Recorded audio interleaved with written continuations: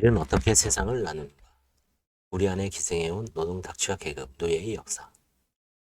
매끈한 어묵나무가 발바닥에 닿을 때의 촉감을 좋아합니다. 그래서 얼마 전 집을 지을 때 마루에 많은 신경을 썼지요. 마루 자재를 고르다가 오르세 미술관에서 봤던 카유보트의 그림이 생각났습니다. 세 명의 건강한 일꾼들이 우통을 먹고 마루를 깎고 있습니다. 아르누보 문양이 창문 주물 사이로 빛이 들어와 일꾼들이 등을 비춥니다. 수려한 오스만 양식의 몰딩으로 들려진 실내 바닥에는 쪽모이 스타일이 마루가 제격입니다. 그림을 자세히 보면 대패질하는 사람들이 호흡과 동작을 이해하기 위해 화가가 이 장면을 얼마나 오랫동안 관찰한 뒤 캔버스에 옮겼는지 알 수 있습니다. 대패날의 간격을 조정하기 위한 망치가 바닥에 놓여 있고 화면 오른쪽에는 고된 작업의 윤활유인 포도주병과 잔도 보입니다. 하지만 일꾼들은 화가의 시선은 아랑곳하지 않고 바닥을 향해 몸을 숙인 채 작업에만 몰두하고 있습니다. 인상파 화가였던 카유보트는 빛과 원근법을 아주 효과적으로 사용했습니다. 창문에 비치는 환한 빛이 마루를 반짝이게 만들고 인부들의 근육을 살아 숨쉬게 합니다. 비대칭적으로 위치한 세 명의 남자가 사방에 대패법을 날리며 작업하는 와중에도 그림이 균형감을 잃지 않는 것은 마루의 결이 빛을 따라 이어져 원근법적으로 시선을 모아주기 때문입니다. 양극화란 이름이 계급. 1875년 카유보트는 이 그림을 살롱전에 출품했지만 낙선이 고배를 마십니다. 그런 낙선 이유가 불편합니다. 고된 노동이라는 저급하고 천박한 주제를 다뤘다는 겁니다. 화가는 부르주아가 살고 있는 고급주택의 대마루에 송판을 깔고 대패질을 하여 다듬고 사포로 문질러서 매끈하게 만드는 작업 현장을 그렸습니다. 당시 마루를 깎는 일은 매우 힘든 일이라서 누구나 꺼리는 노동이었죠. 카유보트는 관선인 살롱전에서 퇴짜맞은 이 그림을 1876년에 열린 두 번째 인상파 전시회에 출품하여 세상에 공개합니다. 카유보트의 마루를 깎는 사람들은 프랑스에서 도시 노동자가 일하는 모습을 담은 최초의 작품입니다. 그런데 아이러니하게도 그림을 그린 화가 본인은 25의 나이에 거액의 재산을 상속받은 부유한 집안 출신이었지요.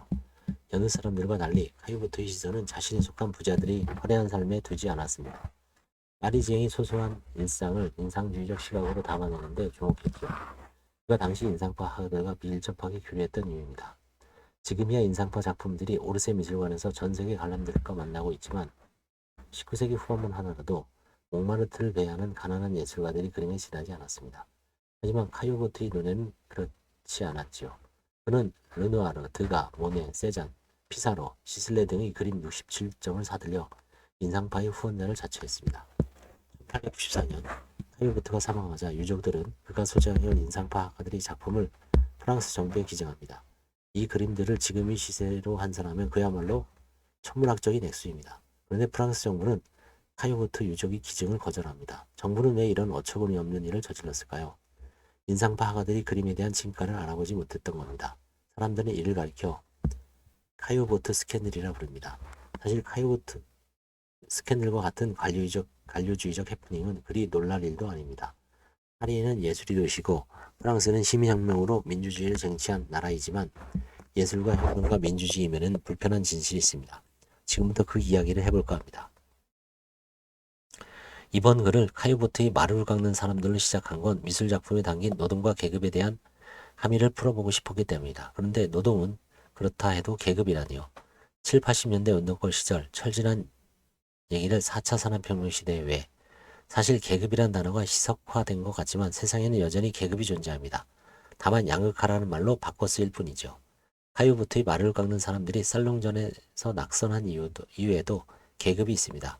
살롱전의 고매한 심사위원들은 저급한 노동자들의 작업 현장을 고급한 예술에 끌어들이는 게 불쾌했던 것입니다.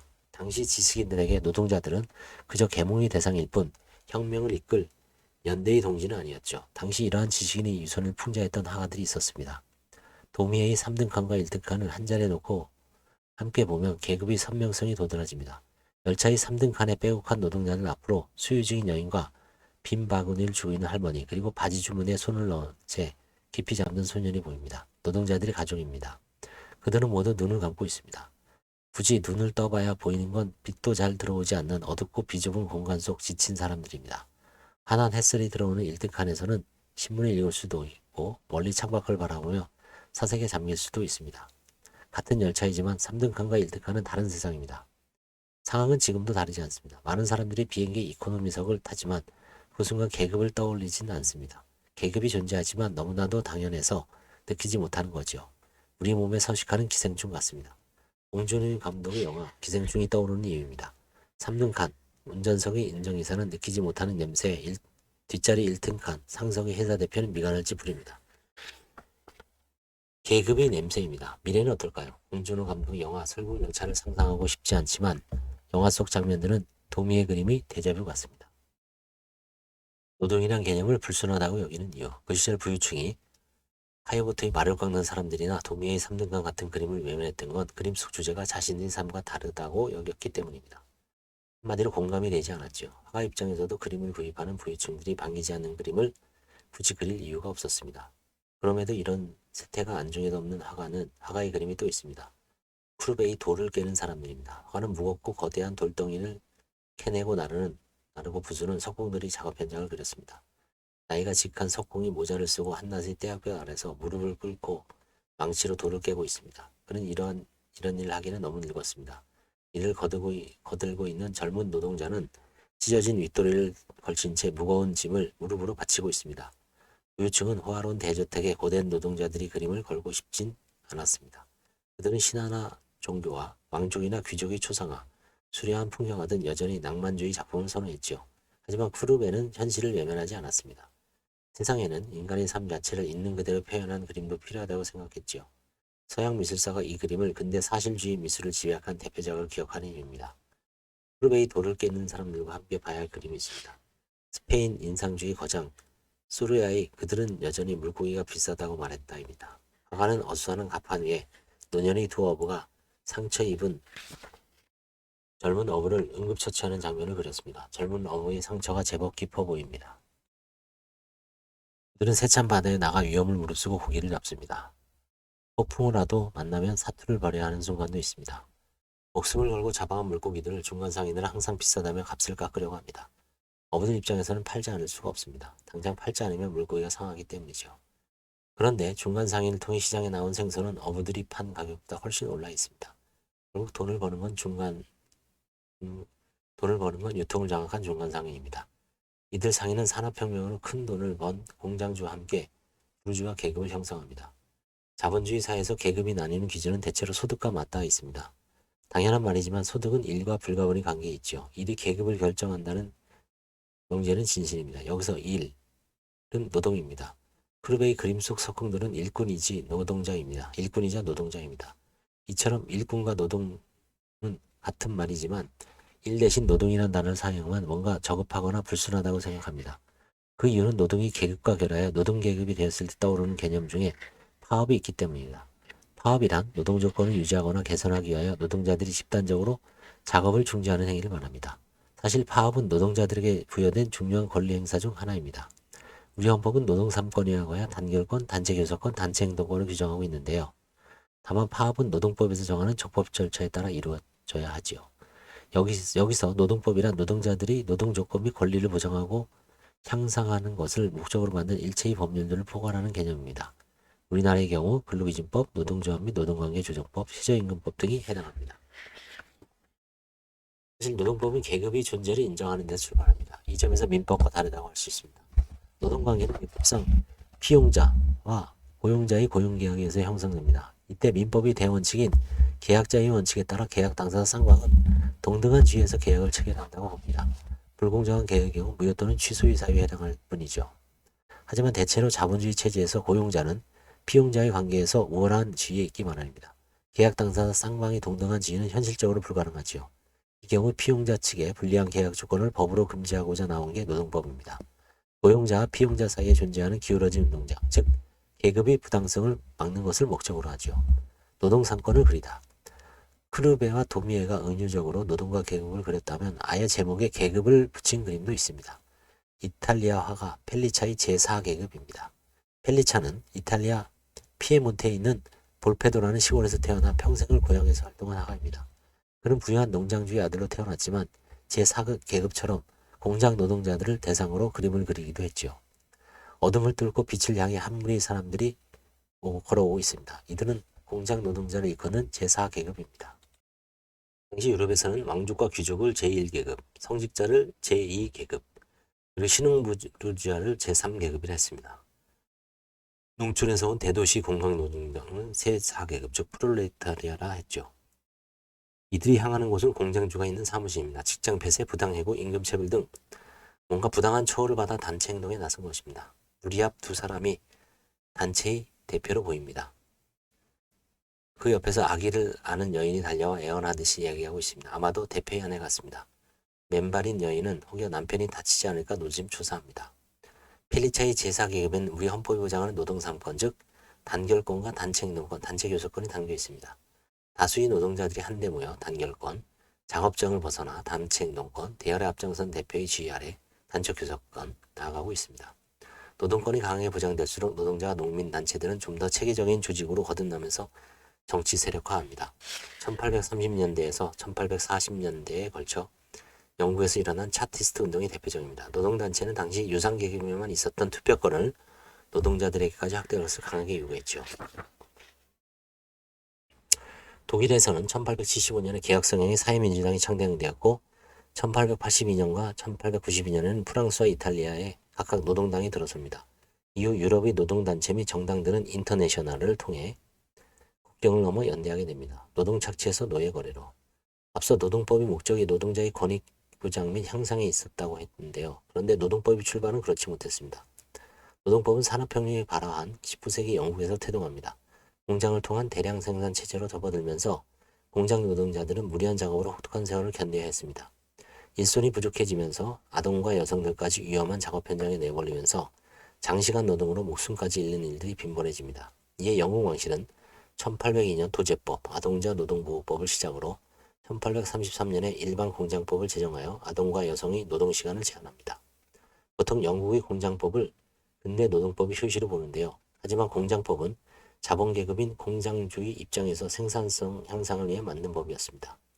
아동 및 여성 노동자들이 작업 현장에서 다칠 때마다 생산에 차질이 생기는 문제를 그냥 두고 볼 수 없었던 것입니다. 산업혁명에 일어난 대량 생산 체제는 심각한 노동권 침해 문제로만 끝나지 않았습니다. 노동력 착취의 채찍이 아프리카와 아메리카 등 신대륙의 원주민들에게까지 향했지요. 자본주의 체제에서 노예제의 망령이 제국주의의 날개를 달아준 것입니다.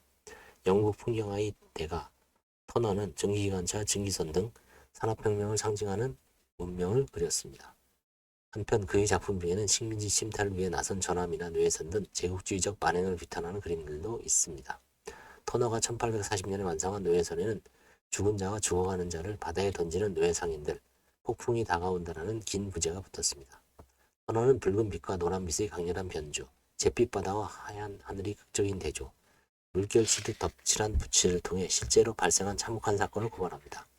그가 바라본 세상은 여느 화가들이 그린 풍경처럼 항상 목가적이지만은 않았습니다. 터너는 대기 중인 물 또는 불과 같은 요소들이 대립으로 자연 현상을 이해하면서 폭풍우나 화재 같은 재해를 강렬한 색채를 통해 표현함으로써 이른바 평화롭지 않은 풍경화의 새로운 영역을 개척했습니다. 이 그림, 노예선은 그림 중 하나입니다. 그중 하나입니다. 두껍게 채색한 물감은 거칠고 현란한 붓의 움직임으로 화면 전체를 어지럽게 메웁니다. 폭풍우 속에 난파 직전의 범선이 위태롭게 떠 있습니다. 충격적인 건 화면의 오른쪽 하단입니다. 팔다리가 쇠사슬에 묶인 노예들이 거친 파도에 휩쓸려 가고 있습니다. 사나운 물고기 떼가 노예들의 몸뚱이를 물어뜯고 그 주위로 피 냄새를 맡은 갈매기들이 몰려듭니다. 노예들은 먼 아프리카 내륙에서부터 몇 달 동안 상상에조차 끔찍한 배 위의 좁은 공간에 짐짝처럼 묶여 있었으니 유럽에 도착하기 전에 병들어 죽는 일이 다반사였습니다. 터너는 노예선 위에 병들거나 죽어가는 노예들을 바다에 내던진 노예상들이 만행을 고발한 언론기사를 접하고 충격을 받아 이 그림을 그렸습니다. 이 사건은 1839년 출판된 토마스 클럭의 노예거래 폐지 역사에 자세히 묘사되어 있는데요. 영국에서 노예거래는 1807년에 공식적으로 금지되었지만 이 그림이 그려진 1840년도에도 노예시장은 여전히 성행했습니다. 심지어 스페인과 미국에서는 노예무역이 성황을 이뤘지요. 1840년 노예제 종식의장 국제회의가 런던에서 개최되기도 했지만 영국의 노예상들은 여전히 노예 중개 무역으로 큰 돈을 벌고 있었습니다. 더 큰 문제는 운송보험 계약상 항해 중 바다에서 실종된 노예에 대해서는 보험금을 지급받을 수 있었지만 배 안에서 사망한 경우에는 보험금을 지급받을 수 없었다는 사실입니다. 당시 노예들은 해난보험에 가입돼 있었는데요. 폭풍우 등 위기 상황에서 화물을 버리고 배를 지키는 행위는 화물 포기라서 보험금 지급 대상에 해당했지만 죽어가는 노예는 병든 화물로 취급하여 보험금 지급 대상을 제외한 것입니다. 노예상들은 영국으로 돌아와 바다에 던져버린 노예 한 명당 30판드의 보험금을 받았습니다. 선장도 보험회사도 노예를 바다에 던진 만행을 살인이라 생각하지 않았습니다. 노예를 사람으로 여기지 않았으니까요. 당시 법원의 입장은 더 노골적이었습니다. 판결문에는 노예는 말과 소처럼 취급되어도 좋다라는 문구가 버젓이 기록되어 있습니다. 터너의 노예선이 1840년 5월 런던의 아카데미 연례전지에 출품되자 비평가들은 비난을 퍼부었습니다. 비평가들은 그림에 나타난 과도한 채색과 거친 붓터치, 유치한 드로잉 등을 문제 삼았지만 영국인들이 드러내고 싶지 않은 노예 무기란 영린을 화가가 정면으로 건드린 것에 대한 과민 반응이었죠. 법이 무기력하다고 느끼는 순간 영국을 비롯한 유럽의 노예 거래는 특히 신대륙에서 크게 번성했습니다. 턱없이 부족한 노동력으로는 넓고 황량한 개척지를 바꿀 수가 없었지요. 노예가 절실했던 것입니다. 영국 출신 화가이자 작가인 크로우는 판매를 기다리는 노예들에서 수군거리는 백인 노예상들에 둘러싸인 흑인들이 가혹한 운명을 그렸습니다. 지난 400여 년 동안 신대륙으로 끌려온 아프리카 흑인 노예는 최소한 1,500만 명으로 추산됩니다. 이 가운데 200만 명이 노예선에서 숨을 거뒀습니다. 어처구니 없지만 미국에서의 노예 거래는 법률에 근거하여 성행한 하나의 제도였습니다. 연방의회가 1850년에 의결한 제2차 도망노예법이 바로 그 대표적인 악법입니다. 도망노예법이란 다른 주로 도망간 노예의 반환에 관한 법규로 도주 사실 및 도망자의 확인은 일방적 증언만으로 결정되었고 도망자에게는 스스로 변론하는 것을 허용하지 않는 내용을 골자로 합니다. 아울러 도망한 노예를 놓쳤거나 법의 집행을 거부하는 보안관 및 노예를 도망가게 도운 이에게도 벌금을 부과했죠. 노예제도는 미국으로 하여금 남북전쟁이라는 혹독한 대가를 치르게 합니다. 그리고 남북전쟁이 끝난 후인 1865년 12월 18일에 노예제는 미국 연방 및 미국 연방의 관할에 속하는 어떤 지역에서도 금지된다는 내용의 수정헌법 13조가 연방의회를 통과하였죠. 미국 인권 존중 사상의 징표인 수정헌법에서 노예제의 금지를 천명했으니 드디어 흑인들에게 살만나는 세상이 도래했을까요? 미국 남부에서는 짐 크루법이라는 악법을 통해 1876년부터 1965년까지 무려 90년 가까이 흑인에 대한 인종차별을 자행했습니다. 가령 흑인의 추영장 출입을 금지하는 등 공공장소에서 흑인과 백인을 법으로 분리한 것입니다.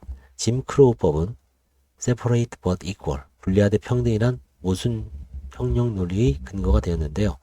호모 플롯이라는 호능계 미국인이 흑인이 탑승을 금지한 열차칸에 탔다가 체포되는 사건이 발생했습니다.